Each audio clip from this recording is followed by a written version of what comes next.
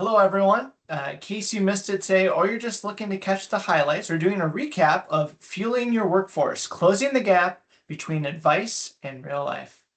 We talked about some traditionally hard to reach populations. Think about your shift workers, healthcare workers, truck drivers, those that are living in food deserts, or even just busy parents. So you know who we are. My name is Bill Stoike, and I lead strategy for Launch My Health. And joining us, the featured speaker is Brenda Navin, our founder and CEO. What we're going to do is a quick recap. This is what we talked about today. We gave a little overview of Launch. We covered some of the different barriers and the impact on these populations. And then we offered a solution and framework to make it easy to serve them, along with a special offer just for you at the end. So in just hitting the highlights, I'm going to turn it over to Brenda, who can give us a quick reality check. Brenda? Thanks, Phil. And of course, the reality check around all of this is around these difficult to reach populations. And on the left hand side, you see all this advice that we hear all the time. You know, we should meal prep, cook at home, eat whole fresh foods. We should be mindfully eating. And the reality is, on the right hand side, we're shuttling kids to activities. We're on the road. We're in the skies. We're eating out of gas stations. We may live in a food desert. We don't have time for a break. We work different shifts and different schedules or double shifts. So this is real life for people. And so what we're doing is we need to figure out a way to take all that stuff on the left and how to make that work for the people on the right that have this in their real life. So that's the reality check. We want people to be excited, engaged, and feel empowered that they can do this. Right. And so when we think about those different populations, we did a deeper dive on the call today, but we're just going to do an abbreviated version here. There's some interesting stats about these different populations. And Brenda, maybe you can share some of your insights about them. Yeah, I think the first one is shift workers. And, 15 to 20% of the US workforce is a shift worker. And they have unique challenges because they may be going from day shift to night shift.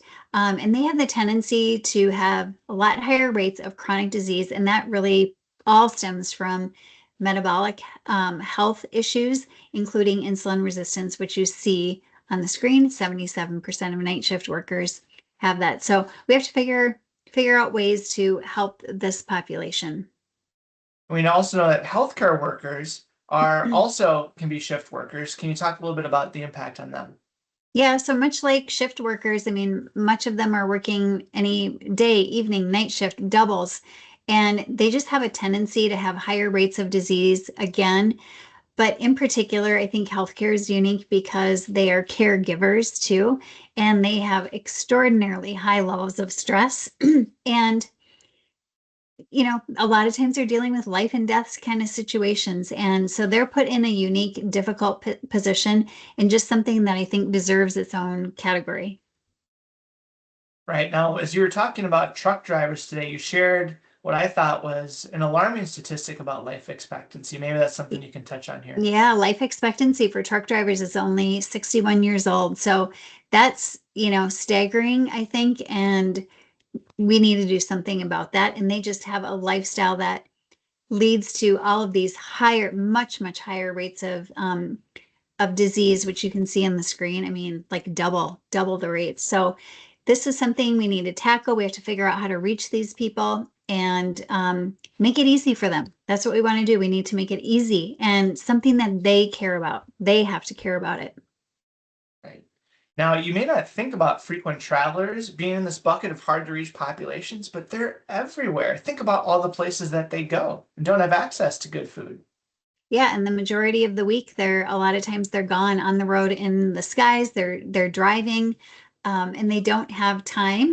They're very busy often, and they may be in remote locations too, eating out of a convenience store or a truck stop, um, or a cafeteria somewhere. So they have disrupted all types of their lifestyle, whether it's sleep, exercise, what they eat. A lot of times, a lot of alcohol consumed too in entertainment. So this is again another unique population. One of the inspirations for this webinar and for the new course that we're creating, really people would say, what are you doing about folks that live in food deserts or have limited food access? Maybe you can share a little bit about that. Yeah, so this is both rural and urban. So, in a rural setting, it might be 10, 20, 30, 40 miles from a grocery store, access to healthy food or a good restaurant, even.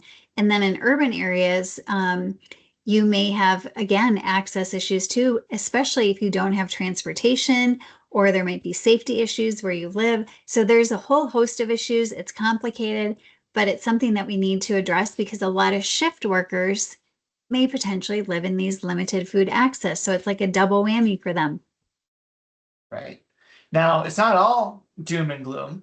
We're here to offer solutions and ways to maybe think about how we can design solutions that touch these very specific types of populations.